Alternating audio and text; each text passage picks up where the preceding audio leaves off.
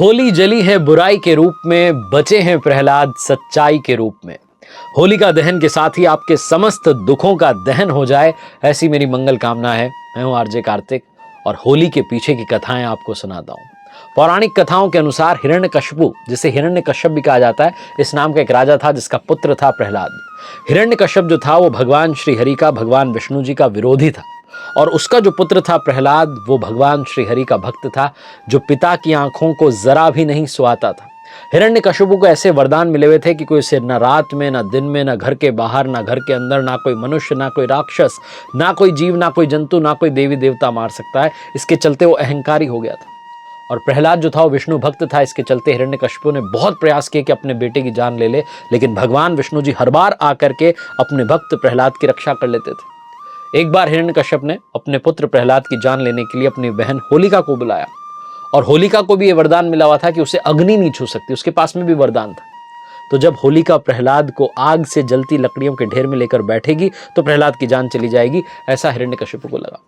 लेकिन भगवान श्री हरि, भगवान विष्णु जी की कृपा ऐसी थी कि भक्त प्रहलाद को अग्नि छू भी नहीं पाई और आग में जो वरदान प्राप्त होलिका बैठी हुई थी वो जल करके राख हो गई।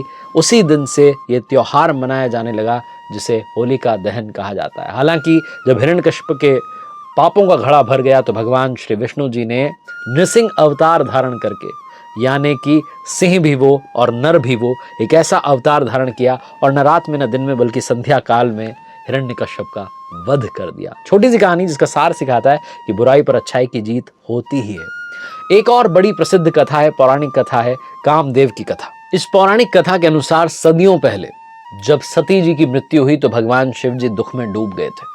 भगवान भोलेनाथ जी गहरे क्षोभ में थे, जिससे समूचा संसार प्रभावित होने लगा था और इसके पश्चात सती माता ने माता पार्वती के रूप में जन्म लिया और भगवान शिव जी के मन में प्रेम भाव उत्पन्न करने का प्रयास किया। माता पार्वती ने सफलता पाने के लिए कामदेव से सहायता मांगी और कामदेव ने परिणाम जानते हुए भी भगवान शिव जी के हृदय में प्रेम का बाण मार दिया, जिससे भगवान शिव जी जो ध्यान में बैठे हुए थे, तपस्या में थे, उनकी तपस्या भंग हुई और क्रोध से उन्होंने अपनी तीसरी आंख खोलते हुए कामदेव को भस्म कर दिया। परंतु प्रेम के बाण ने अपना काम कर दिया था और एक बार फिर से भगवान शिव जी संसार के कार्यों पर ध्यान देने लगे थे। कामदेव के इस तरह भस्म होने को देखते हुए ही होलिका दहन की शुरुआत मानी जाती है और स्पेशली जो साउथ का भारत का हिस्सा है, जो दक्षिण भारत का हिस्सा है, वहाँ पर ये कामदेव की कथा को सही माना जाता है और होली पर उनकी पूजा की जाती है। और अंत में राधा जी की, कृष्ण जी की कथा है। होली पर रंगों की होली और फूलों की होली खेलने के पीछे राधा जी, कृष्ण जी की कथा को माना जाता है। मान्यता अनुसार भगवान श्री कृष्ण को जब बचपन में राक्षसी ने दूध पिला करके मारने की कोशिश की तो भगवान श्री कृष्ण की जान तो बच गई, लेकिन इसके चलते उनके शरीर का रंग नीला पड़ गया। राधा जी बचपन से ही गोरी थी और इसके चलते श्री कृष्ण जी को चिढ़ाया करती थी, इसीलिए राधा रानी को अपनी तरह रंगने के लिए भगवान श्री कृष्ण ने उन्हें तरह तरह के रंगों में रंग दिया। दोनों प्रेम पूर्वक हर वर्ष इस दिन की याद में फाल्गुन मास में रंगों की होली खेलने लगे और इसीलिए मान्यता है कि होली पर गुलाल उड़ाया जाता है और होली खेली जाती है। फूलों की होली खेलने के पीछे भी राधा जी और कृष्ण जी की ही कथा है। कहते हैं कि श्री कृष्ण एक बार कहीं दूर गए तो राधा रानी उदास हो गईं और उनकी उदासी से प्रकृति भी प्रभावित हुई। हर ओर जो फूल और पेड़ पौधे थे मुरझाने लगे। जब भगवान श्री कृष्ण लौट कर आए तो राधा रानी का चित्त प्रसन्न हो गया और सारे फूल एक बार फिर से खिल उठे।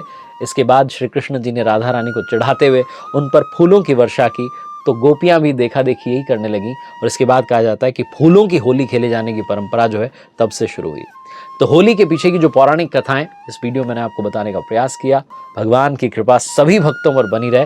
होली की एक बार फिर से आपको ढेरों ढेरों शुभकामनाएं। देखते रहिए आरजे कार्तिक के साथ हर सोमवार सुबह 9:30 बजे एक नई कहानी और हर शुक्रवार सुबह 9:30 बजे लर्निंग सीरीज का एक नया वीडियो।